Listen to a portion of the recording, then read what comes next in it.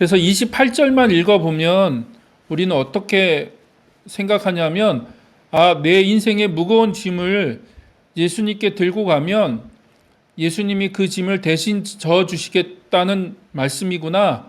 그 무거운 짐을 예수님이 다 해결해 주시겠다는 말씀이구나 라고 그렇게 느껴요. 28절만 읽어보면. 문제는 29절이죠. 29절. 더 큰 문제는 우리가 29절까지 잘 안 읽는다는 게 더 큰 문제고, 28절에 갖고 있는 선입관이 너무 강해서 29절을 읽긴 읽지만 본문의 의미가 무엇인지 정확하게 생각하지 않고 그냥 넘어간다는 거예요. 그냥 28절이 너무 강렬하게 우리 안에 남아있기 때문에 29절의 말씀, 연결되어 있는 29절의 말씀은 별로 그렇게 중요하게 여기지 않고 그냥 대충 읽고 넘어가죠. 읽더라도 그렇게 대충 넘어간다든지, 아니면 많은 사람들이 성경을 그냥 29절까지 안 읽죠. 그래서 우리의 문제는 뭐냐면 운세 뽑기 하는 식으로 성경을 그냥 구절구절만 안다는 거예요. 좋은 구절만 이렇게 우리가 뽑아서 그것만 알고 있지, 그 본문의 문맥, 또 그 본문이 무엇을 얘기하는지 앞뒤 이야기나 문맥까지 생각하지 않는다는 거예요. 그러니까 자꾸 본문을 우리가 오해하게 되는데, 자, 29절 한번 보십시오. 예수님이 이어서 뭐라고 얘기하시냐면, 나는 마음이 온유하고 겸손하니 내 멍에를 매라는 거예요. 내 멍에를 매라. 그리고 나한테 배워라 라고 얘기하시죠. 그리하면, 그렇게 하면, 그러니까 두 가지, 나의 멍에를 메고 또 나한테 배우면 어떻게 해요? 그리하면 너희가 마음에 쉼을 얻을 것이다 라고 얘기하신다는 거예요. 그러니까 여러분, 예수님이 그 짐을 대신 져주신다는 얘기는 안 하셨어요. 그러니까 우리의 기대는 우리의 기대일 뿐이에요. 예수님은 그렇게 얘기하지 않으셨다는 거죠. 그러면 여기서 멍에가 뭐냐는 거죠. 멍에, 소나 말에 이렇게 이 목덜미 위에 얹는 도구죠. 뭐 수레를 끌거나 밭을 갈거나 할 때 이제 동물 위에 얹는 도구, 그걸 멍에라고 얘기하잖아요. 멍에. 고대 팔레스타인에서는 반드시 두 마리의 소를 가지고 멍에를 얹었다. 그래서 이 멍에가 좀 크죠. 길이가 커요. 두 마리 소를 이렇게 놔두고 그 두 마리 소를 연결해주는 멍에를 얹었다는 겁니다.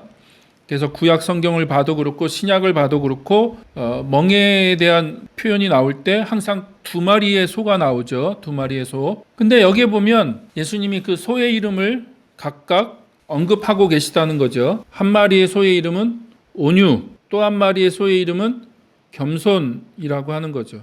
그러니까 나는 온유하고 겸손하다. 그러니까 나의 멍에를 메라 라고 얘기하시죠.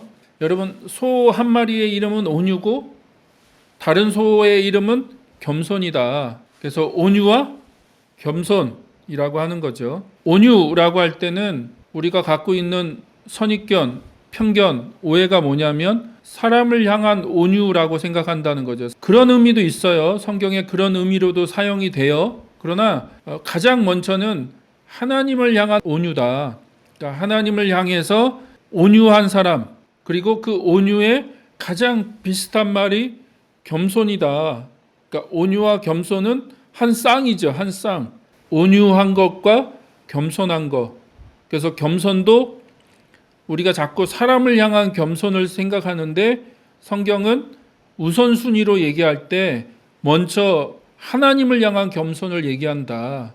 그래서 온유가 뭐냐? 하나님 앞에 엎드릴 수 있는 거. 그러니까 하나님에게 부드럽고 따뜻하게 반응하는 거. 겸손은 하나님 뜻에 나의 뜻을 내려놓는 거. 사람들 앞에 겸손한 게 아니고, 그러니까 내가 할 수 있는데 나는 못해요, 난 잘 몰라요, 뭐 그런 것이 겸손이 아니라 하나님 뜻과 하나님의 계획과 하나님 말씀 앞에 나의 생각, 나의 계획, 나의 어떤 판단, 나의 경험들을 내려놓는 거죠.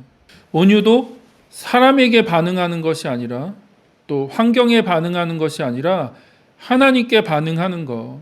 그게 온유죠. 그래서 하나님께 먼저 엎드리고 하나님의 뜻을 구하고 하나님의 말씀을 구하는 거. 이 상황 가운데, 이 문제 가운데, 이 역경 가운데, 이 고난 가운데, 그 가운데 하나님의 말씀 앞에 귀를 기울일 수 있는 거. 그게 온유죠.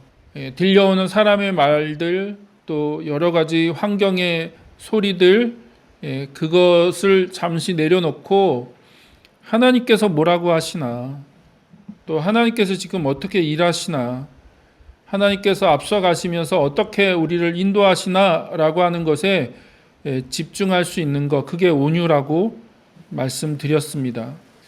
다시 한번 좀 우리 가운데 온유와 겸손을 배우기를 원합니다. 그래서 예수님이 그렇게 얘기하시잖아요. 나는 마음이 온유하고 겸손하니 나에게 배우라는 거야. 나에게 배워라. 예수님의 온유를 배우고 예수님의 겸손을 배워서 예수님의 멍에를 매라는 거예요.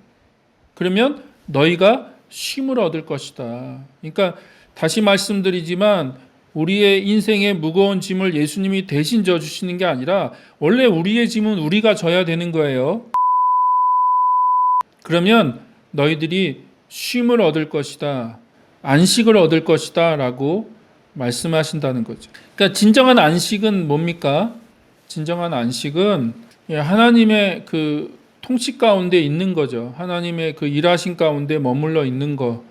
하나님의 그 역사하신 가운데 내가 그 밑에 앉아 있는 거. 내가 할 일이 있고 하나님이 하실 일이 있고. 그러니까 인간은 인간의 일을 하는 거죠. 나는 나의 일을 해야 되는 거예요.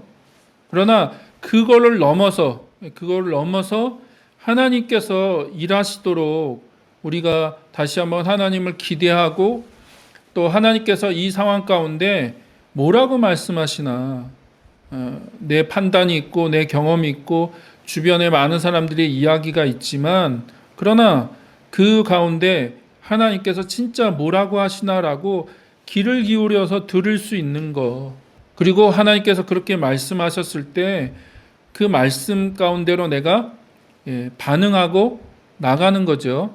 우리의 삶 가운데 그런 은혜가 있기를 원합니다. 온유와 겸손으로 하나님 앞에 나아갔을 때 하나님께서 그 사람의 삶 가운데 일하신다는 거죠. 그때 우리는 진짜 안식할 수가 있다. 그냥 아무것도 안 하고 내 짐을 다 하나님께 맡기고 이 모든 인생의 무거운 짐을 하나님께 다 맡기면 내가 안식할 수 있겠다라고 하는 게 아니라 여전히 나는 나의 짐을 지고 가지만 그러나 내가 그 짐을 지고 가는 삶에서 예수님처럼 온유와 겸손으로 그 짐을 졌을 때 진짜 안식하게 되는 거죠.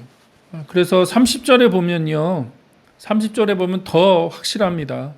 내 멍에는 편하고 내 짐은 가볍다. 그러니까 예수님이 우리의 짐을 들어줄 마음이 전혀 없으시다니까요. 오히려 당신 짐을 더 맡기신다고 그럴까요?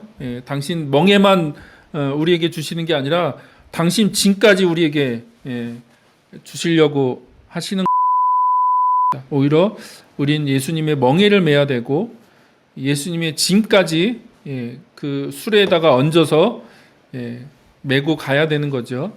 그러나 예수님은 내 멍에는 편하고 내 짐은 가볍다라고 말씀하십니다. 그래서 우리가 온유와 겸손으로 그걸 졌을 때 진짜 가볍고 또 편하고 진정한 안식을 누릴 수가 있는 거죠. 우리 각자의 삶이 다 공고한 것 같아요. 공고하시죠.